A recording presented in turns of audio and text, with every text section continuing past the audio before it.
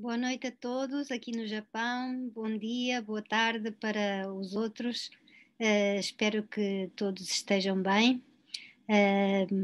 Por aqui têm aumentado muito os casos do novo, da nova variante do coronavírus, mas graças a Deus não há assim muitos casos graves, mas de qualquer maneira temos todos que ter cuidado, não é verdade? Então, gostaria de partilhar convosco alguns pensamentos sobre o Evangelho de hoje, que é o Evangelho segundo São Lucas, capítulo 5, versículo 1 a 11. Como estamos a ver Jesus a iniciar a sua vida pública, este Evangelho é precisamente iluminador nesse aspecto, porque é quando Jesus, segundo o Evangelho de Lucas, chama os primeiros discípulos. Já sabemos dos evangelhos anteriores, das semanas passadas, que Jesus iniciou a sua vida pública, que não foi reconhecido em Nazaré, mas que aos poucos ia curando alguns doentes, ia falando do reino de Deus, falando do amor de Deus a pessoas que o ouviam, e neste Evangelho de hoje já há uma grande multidão aglomerada à volta de Jesus para ouvir a palavra de Deus. Portanto, Jesus vai seguindo o seu caminho, como víamos na semana passada, e o seu caminho parece que é realmente falar da palavra de Deus, falar do amor de Deus, da boa nova, que muitos, apesar de serem crentes, no fundo desconheciam por ter dado mais valor, por se ter dado mais valor talvez à lei, às normas, ao cumprimento da lei, do que propriamente ao amor de Deus que se derrama sobre nós, estejamos como estejamos, e que quer sobretudo a nossa felicidade e o nosso crescimento como pessoas. Então Jesus encontrava-se na margem do lago de Genezaré neste dia e viu dois barcos estacionados no lago. Dois barcos estacionados que já não estavam a trabalhar. Mais tarde, lendo o resto do Evangelho, ficamos a saber que os pescadores tinham tentado pescar durante toda a noite e não tinham conseguido nada. E, portanto, estes barcos estacionados são realmente o símbolo de certo modo, de vidas frustradas que não conseguiram alcançar o seu objetivo, de pessoas desanimadas que chegam ao fim do dia pensando: meu Deus, não sei para que é que eu estou a trabalhar, não sei para que é que me esforço tanto, se não consigo nenhum resultado, se não consigo, se ninguém reconhece o meu trabalho, ninguém me agradece. Muitas vezes nos sentimos assim, não é? E Jesus aproxima-se destes barcos, destas pessoas que estão nestes barcos, e vê que os pescadores tinham deixado os barcos e estavam já a lavar as redes, portanto já tinham dado por finalizada a tarefa desse dia. No entanto, Jesus vai-lhes oferecer um novo trabalho.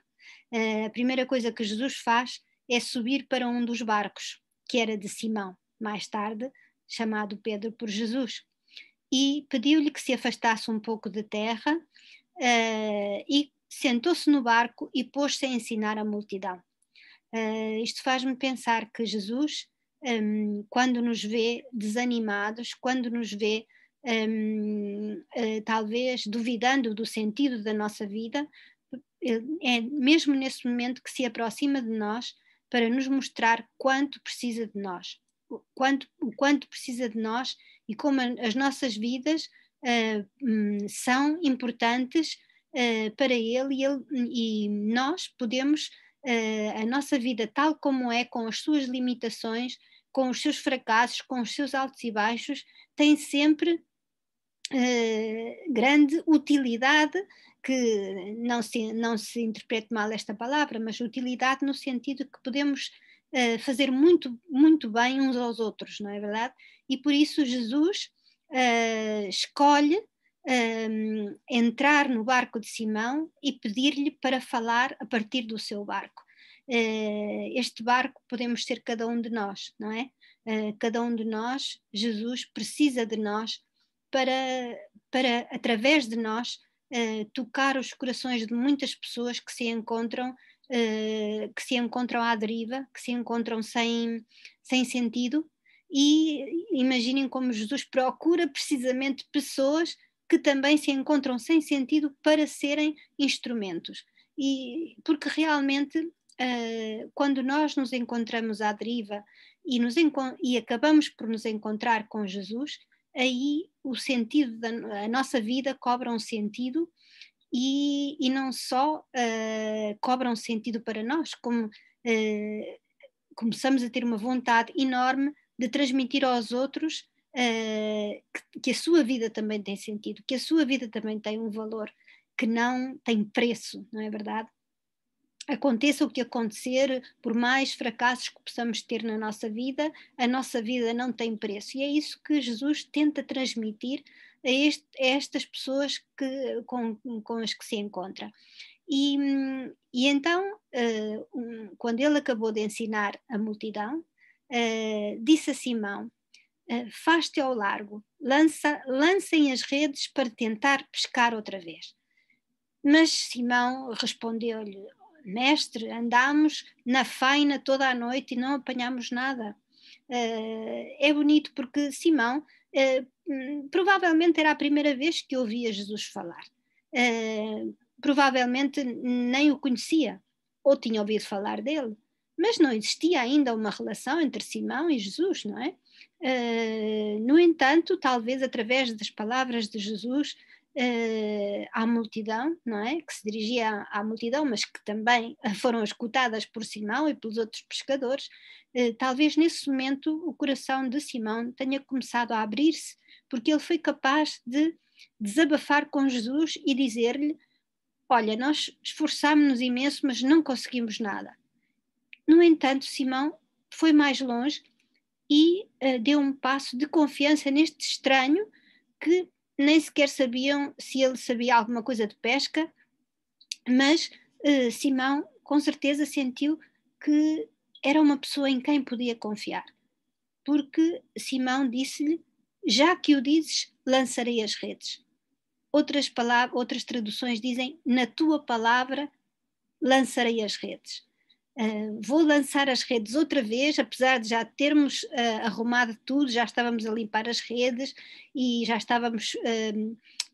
tínhamos desistido. No entanto, já que tu o dizes, porque és tu, porque és uma pessoa em que parece que posso confiar, porque és uma pessoa que me fizeste sentir importante neste momento, que me fizeste sentir valioso, porque és tu, eu vou lançar as redes outra vez. E convenceu com certeza os outros, e porque diz a palavra de Deus, eles assim fizeram. E apanharam tão grande quantidade de peixes que as redes começavam a romper-se. É uma manifestação da abundância que o amor de Deus nos quer que nós experimentemos, a abundância do amor de Deus, a abundância da alegria, a abundância da esperança. Deus não dá pouca coisa, dá sempre em abundância. Por isso eles ficaram muito, muito surpreendidos, não é? Ao ver o sucedido, ficaram completamente espantados e encheram ambos os barcos com os peixes e ainda não conseguiam transportar tudo e parecia que se iam afundar. Então a reação de Simão nesse momento foi lançar-se aos pés de Jesus e dizer-lhe: Senhor, afasta-te de mim que sou um homem pecador, eu não mereço que tu estejas diante de mim. É interessante, não é? Porque se calhar nem sequer Pedro tinha tantos pecados, não é? Mas diante de Jesus ele sente-se pequeno, não é?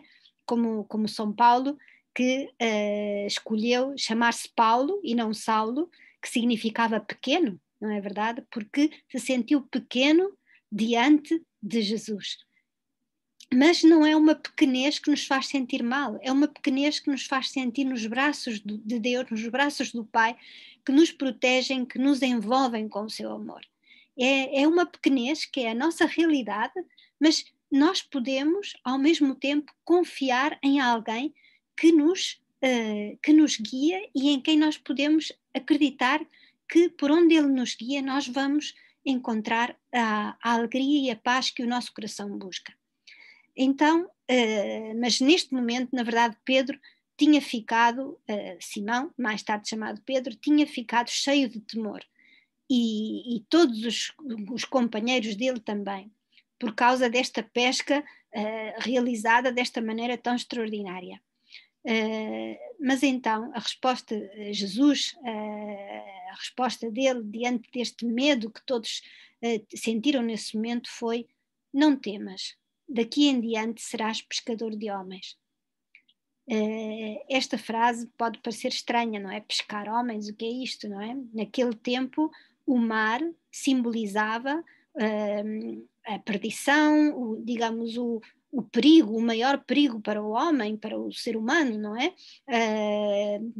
Era um lugar cheio de perigos, um lugar onde se imaginavam que existiam monstros que arrastavam os homens para o fundo.